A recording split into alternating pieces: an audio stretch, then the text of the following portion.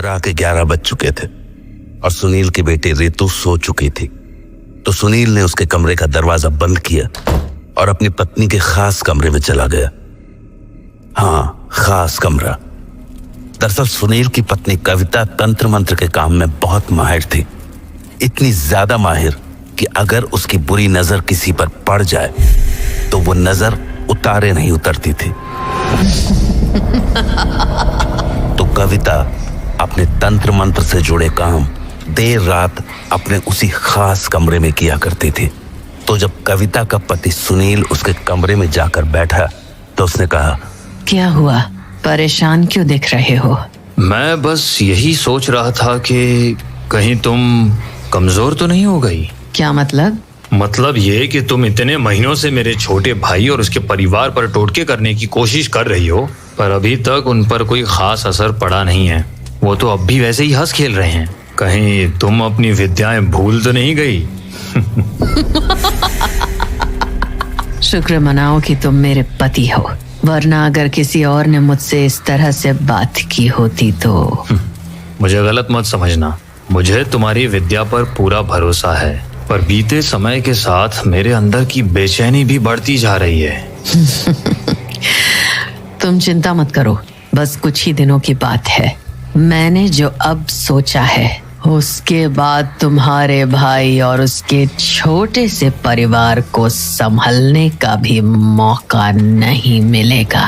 प्रेत नाचेंगे उसके आंगन में, तुम बस देखते जाओ। पर इस सब में और कितना वक्त लगेगा? 2 से 2.5 महीने और। काश तुम ये चीजें और जल्दी कर पाती। असर जल्दी देखना हो तो बस मेरे पास उन सभी के बाल ले आओ, अगले ही दिन उनका पूरा परिवार साफ हो जाएगा।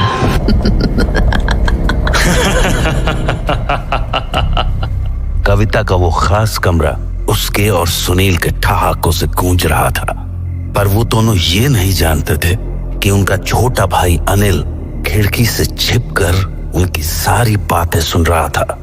अपने भैया और भाभी के मुंह से ये बात सुनकर उसके पांव तले की जमीन खिसक गई। वो भागा भागा अपनी पत्नी पविता के पास पहुंचा और उसे सारी बात बता दी। तो उसकी पत्नी बोली, मुझे लग रहा था कि भाभी ही ऐसी है, पर भैया भी। मुझे तो अब इस घर का पानी पीने में भी डर लग रहा है। ना जाने वो हमें या हमारे बच्चों को क्या कर दे। कुछ नहीं होगा। बबीता, तुम इन टोना टुटका करने वालों को नहीं जानती। ये मैंने कहा ना, वो हमें छू तक नहीं पाएंगी। कुछ करना तो दूर की बात है। अरे पर ये बात तुम ऐसे कैसे कह सकती हो? क्योंकि आज तक उसके हर टोटके को मैंने ही काटा है। क्या? हाँ, तुम्हारी भाभी आज से नहीं, कई सालों से ही कोशिशें कर रही हैं और हर बार मैंने उनके टोटके को काटा है। इसलिए तुम घबराओ मत, वो हमें या हमारे बच्चों को छू भी नहीं सकेंगी। बबीता, क्या तुम्हें भी टोने टोटके आते हैं? क्या तुम भी? नहीं, मुझे भाभी की तरह तंत्र विद्या का ज्ञान तो नहीं है, पर हाँ, मैं कुछ टोटकों का काट जरूर जानती हूँ। और क्योंकि भाभी इसी घर में रहती हैं, तो मेरे लिए उनके टोटकों का काट निकालना आसान हो जाता है। पर भाभी भैया से कह रही थी कि अगर वो हमारे बाल उन्हें लाकर दे दें तो वो 1 दिन के अंदर सब कुछ बर्बाद कर सकती हैं। इसलिए मुझे लगता है कि हमें अब इस घर में रुकना नहीं चाहिए। पर हम जाएंगे कहाँ? कहीं भी, बस यहाँ से दूर। मैं नहीं चाहता कि भाभी की काली नजर हमारे परिवार पर पड़े, खासकर हमारे बच्चों पर। हम कल ही ये घर खाली कर देंगे। तो अगले दिन अनिल पत्नी के साथ अपने भैया के पास चला गया और उनसे बोला, भैया, हम लोग ये घर छोड़ रहे हैं। क्या? पर क्यों? और ऐसे अचानक? भैया, नाटक करने की कोई जरूरत नहीं है। मैं जानता हूँ आप और भाभी भी यही चाहते हैं। अरे पर भैया, मैंने कल रात आपकी और भाभी की बातें सुन ली थी, इसलिए बस अब और कुछ मत कहिए। बस आपसे और भाभी से हाथ जोड़कर विनती है कि हमारे परिवार को अकेला छोड़ दें। अभी अनिल ने अपनी बात पूरी ही की थी कि वहां उसकी भाभी कविता पहुंच गई और वो बोली, तुझे जहाँ जाना है चला जा, पर मेरे खेल से तू बच नहीं पाएगा। तेरे साथ जो होना है वो तो होकर रहेगा। हमें अपने टोने टोटकों से मत डराओ भाभी। आज तक आपके सारे टोटके काटती आई हूँ, आगे भी काटूंगी। आपको जो करना है आप कर लो, पर मैं आपको हमारे परिवार को छूने नहीं दूंगी। बबीता की बात सुनकर अनिल का हौसला तो जरूर बढ़ा, पर तभी उसकी भाभी जोर जोर से हंसने लगी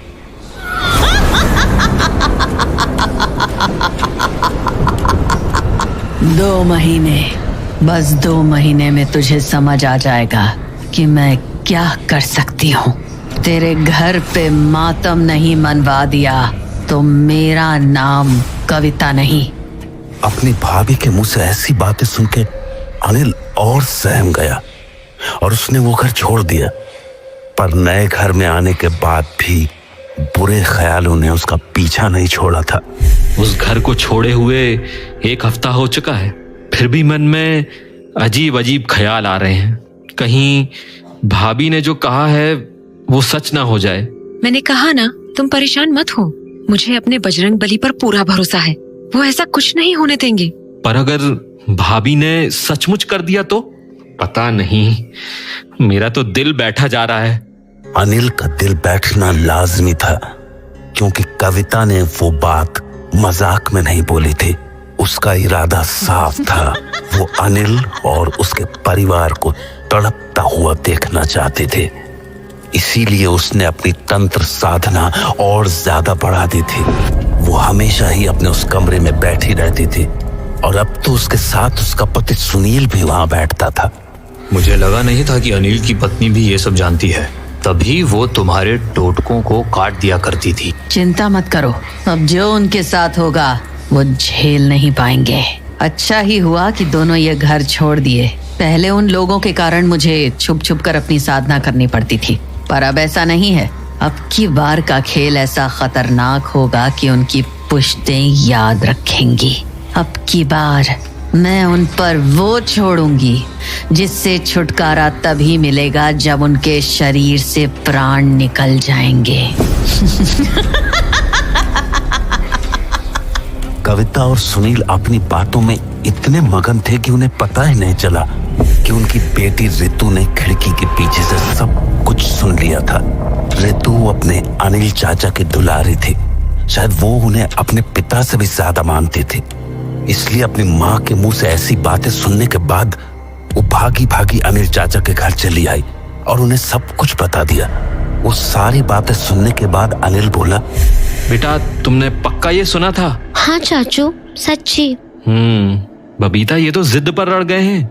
मुझे लगता है हमें इस बारे में ताऊ जी से बात करनी होगी। वो गांव के सरपंच हैं, वो जरूर हमें इस मुसीबत से निकाल लेंगे। ठीक है। अनिल मरता क्या न करता।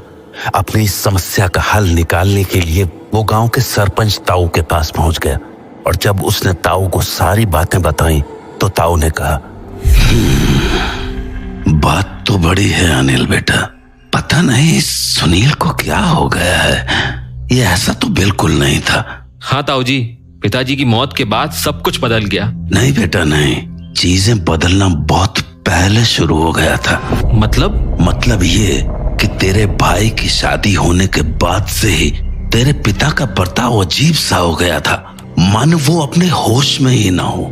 शायद इसीलिए उन्होंने तेरे भाई को 10 बीघा जमीन दे दी और तुझे बस 3 बीघा से संतोष करना पड़ा। मेरा दिल कहता है कि ये सब तेरी उस भाभी का किया धरा है। ताऊ जी, मुझे अपने खेत जमीन से कोई मतलब नहीं है। मैं तो बस इतना चाहता हूँ कि भैया भाभी हमें अकेला छोड़ दें और हमें चैन से जीने दें। एक काम करते हैं, सुनील के घर चल के उससे बात करते हैं, क्या पता वो मेरी बात मान जाए। जी ठीक है ताऊ जी। तो ताऊ की बात मानकर अनिल अपने बड़े भाई के पास चला गया, पर वहां जाने पर जब सुनील ने उन्हें देखा तो वो ताऊ जी पर भड़कने लगा। ताऊ जी, आप मेरे घर इसे क्यों लेकर आए हो? शांत हो जा सुनील बेटा और इसकी बात सुन ले। ये तो तुझसे माफी मांगने आया है। माफी? हाँ भैया, मैं आपके सामने अपने परिवार की भीख मांगने आया हूँ। आप जो बोलेंगे मैं करने को तैयार हूँ, पर आप भाभी से कहिए कि वो हमारे परिवार को बख्श दें। अनिल ने अपनी बात पूरी ही की थी कि वहां उसकी भाभी आ गई। अरे अभी से ही कांपने लगे। तेरी पत्नी ने तो खूब चौड़ में आकर कहा था ना कि जो करना है कर लो। अब क्या हो गया? भाभी, हमसे गलती हो गई, बहुत बड़ी गलती हो गई। हम इस गांव को भी छोड़ देंगे, बस आप हमें बख्श दो। देख बेटा सुनील, मुझे तो तेरे परिवार की बातें ज्यादा नहीं पता हैं, पर मैं तेरे पिता को जानता था और वो कभी नहीं चाहेंगे कि बड़ा भाई ही छोटे भाई को कष्ट पहुंचाए। तो बेटा तू इसकी भूल चूक माफ कर दे और रहने दे इसे आराम से अपने परिवार के साथ। ताऊ जी की बात सुनने के बाद सुनील ने कुछ देर तक सोचा और फिर बोला, ठीक है ताऊ जी, मान लिया आपकी बात। मैं कविता को कुछ भी करने से मना कर दूंगा, पर एक शर्त पे। शर्त? कैसी शर्त? मुझे इसकी सारी जमीन अपने नाम पर चाहिए। क्या? हाँ ताऊ जी, अब यही मेरी शर्त है। अरे बेटा, पर उसके पास है ही क्या? सारी जमीन तू ही ले लेगा तो वो अपना परिवार कैसे चलाएगा? कम से कम कुछ तो छोड़ दे इसके लिए। ठीक है, इसे कह दो अपने और अपने परिवार के लिए 1 बीघा रख ले और बाकी की सारी जमीन मेरे नाम पे कर दे। अगर मंजूर हो तो बोलो। मंजूर है भैया, सब मंजूर है, बस मेरे परिवार को अकेला छोड़ दो। सुनील ने कागज के लिखा पढ़े के लिए अनिल को अगले दिन आने के लिए बोला, पर उस रात अनिल और उसकी पत्नी बबीता के सामने कुछ अजीब सा हुआ। वो दोनों अपने कमरे में सोए हुए थे कि तभी उन्हें अपने घर के आसपास किसी के चलने की आहट सुनाई दी। शुरुआत में तो उन्हें वो आवाज किसी जानवर की लगी, पर फिर जब हथौड़े की जोर जोर की आवाज आने लगी तो दोनों ने घर के बाहर निकलकर देखने का सोचा, पर बाहर कोई भी नहीं था। उन दोनों को ये बात अजीब तो लगी, पर अपने मन का वहम समझकर उन्होंने उस बात पर ज्यादा ध्यान नहीं दिया। अगले दिन लिखा पढ़ी होने के बाद जब सुनील को अनिल के हिस्से की जमीन मिल गई तो अनिल ने कहा, भैया मेरा जो भी था मैंने वो सब कुछ आपको दे दिया है, बस आप एक वादा कर दो कि आप मेरे परिवार को बख्श दोगे।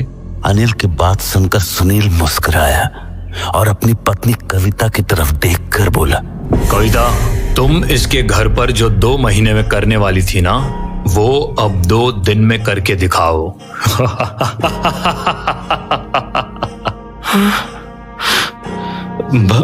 भैया ऐसा मत करो, मैं आपके हाथ जोड़ता हूँ।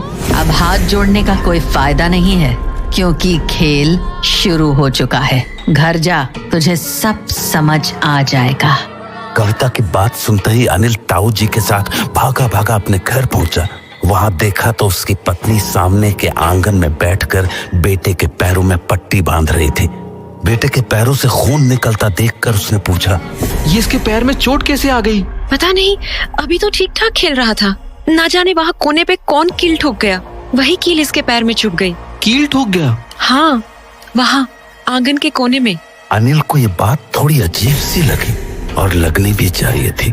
भला उनके आंगन में जमीन पर कील किसने ठोक दी? वो बैठा बैठा उस कील को देख ही रहा था कि तभी ताऊ जी वहां आ गए और बोले, बेटा बहुत बड़ी दिक्कत हो गई है। हाँ? क्या हुआ ताऊ जी? तेरे घर के चारों कोनों में ऐसी ही कील ठोकी हुई हैं। ये कोई आम टोटका नहीं है। तूने किसी को देखा था ये सब करते? नहीं ताऊ जी, मैंने तो ऐसा कुछ नहीं। पर कल रात हमें घर के बाहर से हथौड़े की आवाज आ रही थी, पर बाहर आकर देखा तो कोई भी नहीं था। पक्का ये काम कल रात को ही किया गया है। पर इसका मतलब क्या है ताऊ जी? बेटा ऐसे कीलें तभी ठोकी जाती हैं जब किसी के घर को बांधना होता है। बांधना? मैं समझा नहीं ताऊ जी। बेटा ये खेल तेरी भाभी का ही है और अब वो शायद कुछ ऐसा करने वाली है जिसका अंजाम बहुत भयानक हो सकता है। पर ताऊ जी मैं अब क्या करूं? कल सुबह तैयार रहना, हम लोग पास के एक गांव में चलेंगे। वहां एक बहुत ज्ञानी पंडित बैठते हैं जिनके सामने ऐसे टोने टोटकों की कोई बिसात नहीं, पर वो रोज सुबह आधे घंटे ही बैठ पाते हैं और बस 10-11 लोग ही देखते हैं। तो अगर कल सुबह तेरी बारी आ गई तो समझ ले कि कल के कल ही ये तेरी सारी बला छूट जाएगी। ठीक है ताऊ जी। लेकिन हाँ, तुझे आज रात होशियार रहना होगा। मतलब बेटा आज की रात तेरे घर पर प्रेत तांडव करेंगे। तुझे ऐसी ऐसी चीजें दिखेंगी जो तूने अपने सपने में भी नहीं सोची होंगी। इसलिए आज की रात तुझे और तेरे परिवार वालों को बहुत हिम्मत रखनी होगी। तो ताऊ जी, क्या मैं अपने परिवार को लेकर बाहर नहीं जा सकता, बस आज रात के लिए? बेटा जो तेरी भाभी ने किया है ना, उससे छुटकारा पाना इतना आसान नहीं होता है। तू कहीं भी चला जाएगा पर इस बंधन से नहीं बच पाएगा। इसलिए बस आज हौसला रख और बजरंग बली का नाम दिल में रख। वो तेरी मुश्किल जरूर दूर करेंगे।